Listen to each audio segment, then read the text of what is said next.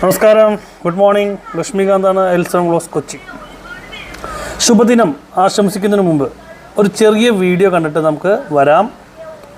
Video കാണാം, അതോടൊപ്പം തന്നെ ഇന്ന് നടക്കുന്ന ചില നാടകത്തിൻ്റെ ദൃശ്യാവിഷ്കരണം കാണാം. അതിനു മുമ്പ് ആ ഫ്ലെക്സും കൂടി കാണാം. അത് കാണുമെങ്കിൽ ചിരി വരും കേട്ടോ. ഇപ്പോൾ ഈ കാണാവേ, ഒറ്റ മിനിറ്റ്.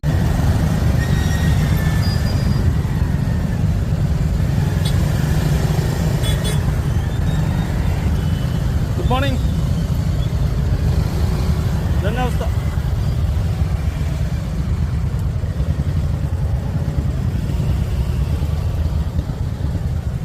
ഹായ്, കണ്ടില്ലേ? എന്തിനോ വേണ്ടി തിളക്കുന്ന സാമ്പാർ. ഇപ്പം ജനങ്ങൾ എന്തായി? ഊഞ്ഞാല ഊഞ്ഞാല ആയില്ലേ?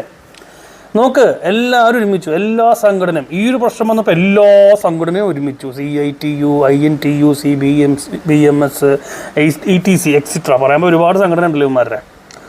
ഇവർ പറഞ്ഞ 3 കണ്ടീഷൻസ് കേട്ടിട്ട് എനിക്ക് ചിരിയാ വന്നേ.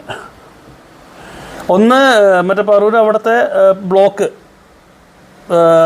മറ്റേ എന്താണ് ബൈപ്പാസ് നടക്കുന്ന ബ്ലോക്ക് തടയുക. ഓക്കെ, ഒന്ന് സമ്മതിച്ചു. 2, മറ്റേ ബോൾഗാട്ടി അവിടുത്തെ പാലം ഇഴഞ്ഞു നീങ്ങുന്നത് പെട്ടെന്ന് തുറന്നു കൊടുക്കുക. 3, റോഡ് സൈഡുള്ള അംഗീകൃത പാർക്കിംഗ് അത് മാറ്റി കൊടുക്കുക. ഏറ്റവും കൂടുതൽ വണ്ടികൾ കിടക്കുന്നത് വൈപ്പിങ്കർ സംസ്ഥാന പാതയിലാണ്. ശരിയാണ്, ഞാനത് മിനിങ്ങാത്ത വീഡിയോയിൽ പറഞ്ഞിരുന്നു. അതന്ന് ഞാൻ അതിന് കാര്യം പറഞ്ഞു. അത് ഈ മോട്ടോർ വെഹിക്കിളിൻ്റെ ഒരു അനാസ്ഥയല്ലേ.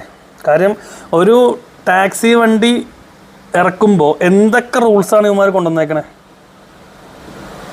ബസ്സാരടുത്ത് ഞാൻ വരാട്ടോ, ഒരു മിനിറ്റ്. ഈ മോട്ടോർ വെഹിക്കിൾ ഇറക്കുമ്പോൾ എന്തൊക്കെ സംഭവങ്ങൾ ഇവന്മാർ കൊണ്ടുവന്നേക്കണേ. ഇന്ന ചലാൻ, ആ ചലാൻ, ഈ ചലാൻ എല്ലാം കൊടുക്കുമ്പോൾ ഈ പാർക്കിംഗ് എന്നുള്ള സാധനം അത് ഇവർ പറയുന്നില്ലേ? അപ്പോൾ അതൊക്കെ നോക്കാതെയാണ് നിങ്ങൾ കൊണ്ട് ഈ പാർക്ക് ചെയ്യണ വണ്ടികൾ. ഓക്കെ, സമ്മതിച്ചില്ലേ? അപ്പോൾ അത് ഈ പറഞ്ഞ പോലെ തന്നെ ഞാനൊരു ബസ്, രുദ്രപ്രയാഗ് എന്നൊരു ബസ്സുണ്ട്. ഈ ബസ് എപ്പോഴും അണിയിൽ പാലത്തിൻ്റെ മേലിൽ കാണാം. വണ്ടികൾ ഒരുപാടുണ്ടപ്പോൾ അത് ഞാൻ ഇനി അതിൻ്റെ വീഡിയോ ആയിട്ട് കേട്ടോ. ആ വീഡിയോ ലൈവായിട്ട് ഷൂട്ട് ചെയ്തിട്ട്, അപ്പോൾ ഈ പറഞ്ഞ ആൾക്കാരൊക്കെ എൻ്റെ കൂടെ സപ്പോർട്ട് ചെയ്തോളാം. ഓക്കെ, അത് പോട്ടെ. ഇനി ബസ്സാരുടെ കാര്യത്തിലേക്ക് വരികയാണെങ്കിൽ, ഇത്രയും ദിവസം ഹൈക്കോടതി ഇടപെടുന്നില്ലാണ്ട് അവർ ഇടപെട്ടു. 2 ദിവസമായി ബ്ലോക്ക് കുറവായിരുന്നു. ഇപ്പം ഞാൻ കുറച്ച് നേരത്തെ ഒരു വീഡിയോ ക്ലിപ്പ് കാണിച്ച് ഇന്നത്തെ ബ്ലോക്കാണ്. ആ ബ്ലോക്ക് ഞാൻ ഹൈക്കോടതിയിൽ ഒരിക്കലും കുറ്റം പറയത്തില്ല. കാരണം ബസ് ഇല്ലാത്തതുകൊണ്ട് ഉള്ള എല്ലാ ആളുകളും വണ്ടി എടുത്താണ് ഇറങ്ങിയിരിക്കുന്ന നേരത്തിൽ ബൈക്ക് എടുത്തിട്ടാണ് ഇറങ്ങിയിരിക്കുന്നത്. ഒന്നാമത്തെ ശമ്പളം കിട്ടിയത് ഭാഗ്യം, അല്ലെങ്കിൽ പെട്ടുപോയനെ.